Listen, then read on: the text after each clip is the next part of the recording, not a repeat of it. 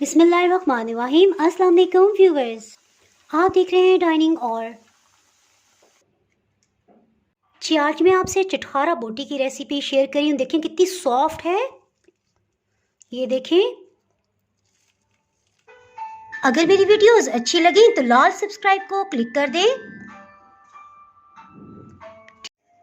साथ में ये जो बेल का आइकॉन है इसको क्लिक कर दें।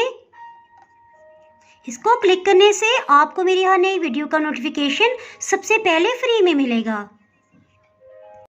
बिस्मिल्लाहिर्रहमानिर्रहीम की रेसिपी को स्टार्ट करते हैं। बीफ चटखारा बोटी में बोनलेस गोश्त लिया है, ये तकरीबन आधा किलो की मिकदार में है और इस तरह से इसके पीसीस करवा लिए हैं। गोश्त को अच्छी तरह से गलाने के लिए और इसकी एक स्मेल होती है उसे ख़त्म करने के लिए पहले हम एक प्रोसेस करेंगे। गोश्त को इस तरह से कुकर प्रेशर में डाल दिया है जी, और गोश्त की स्मेल को ख़त्म करने के लिए बिल्कुल छोटे साइज़ का एक प्याज ले लिया, इसे कटिंग कर लेंगे। प्याज को रफली चॉप कर लेंगे।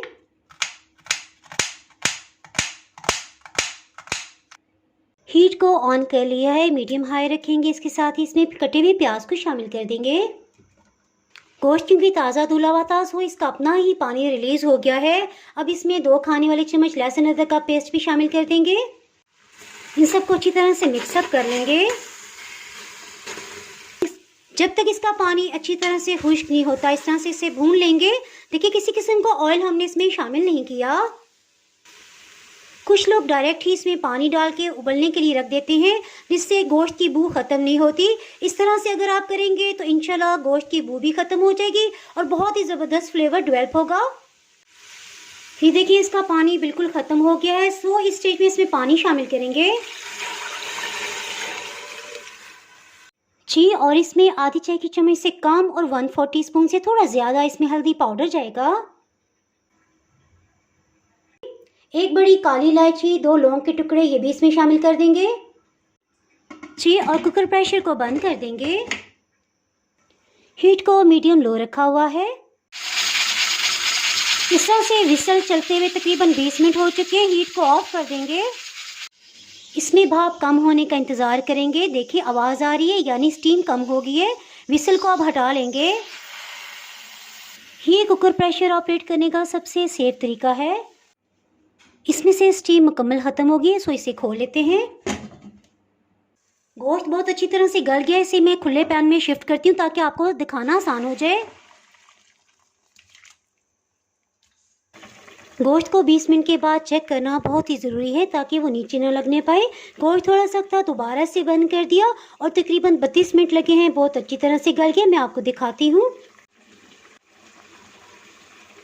इसकी बोटी तोड़ के देखेंगे। देखिए इस तरह से टूट जाए तो बस ठीक है, पानी को हम खुश्क कर लेंगे। अदरवाइज़ हम इसमें मज़ीद पानी डाल के दोबारा से कुकर प्रेशर बंद कर लेंगे ताकि अच्छी तरह से गल जाए।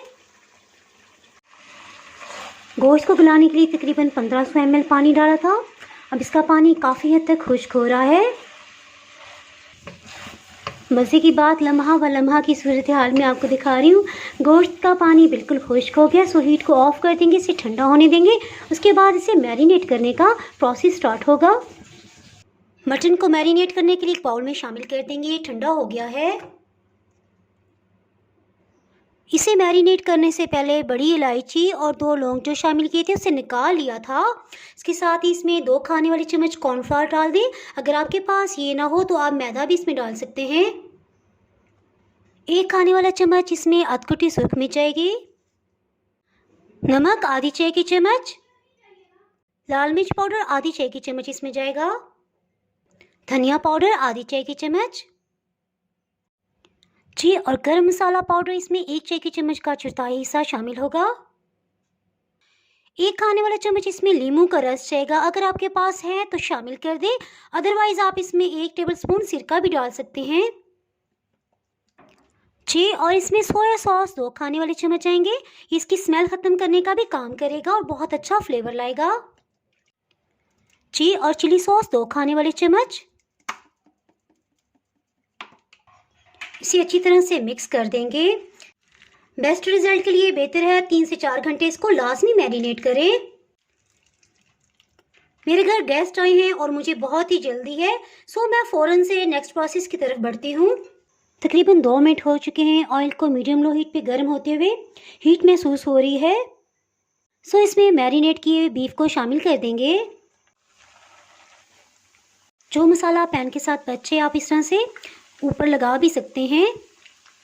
जी देखें, गोश्त तो बहुत अच्छी तरह गला हुआ था। सो हमने अच्छा सा इसे गोल्डन कलर ही देना है, इसलिए हीट को मीडियम लो रखा हुआ है। इसे टर्न कर लेते हैं। ये देखें, ज़बरदस्त किस्म का कलर आ गया है। जब आपके पास टाइम कम हो और आप कोई बहुत ही मज़ेदार किस्म की रेसिपी बनाना चाहें तो उस वक्त आप इस रेसिपी को ट्राई कीजिएगा। किचन में ज़बरदस्त किस्म की खुशबुएं महक रही हैं। जी, गोश्त रोस्ट होने की बहुत ज़बरदस्त खुशबू पूरे किचन में फैल गई है। देखिए, दूसरी साइड से बहुत अच्छा कलर आ गया। इसे निकाल लेते हैं। कुछ देर के लिए इस तरह से रखेंगे ताकि इसका सब ऑयल ड्रेन हो जाए। जी, बहुत ही टेस्टी चटखारा बोटी तैयार है। जिसके साथ ही अगर आप मेरे चैनल पे नए हैं और चैनल को अभी तक सब्सक्राइब नहीं किया तो फटाफट से जनाब सब्सक्राइब कर दें और बेल आइकन प्रेस करना बहुत ही ज़रूरी है, क्योंकि इसके बाहर आपको मेरे यहाँ नई अपलोड होने वाली वीडियो का नोटिफिकेशन नहीं मिल पाएगा। दुआओं में याद रखें, वीडियो लाइक और शेयर करना बिल्कुल भी ना भूलिएगा। इसके साथ ही मैं इजाज़त चाहती हूँ। अल्लाह हाफिज़।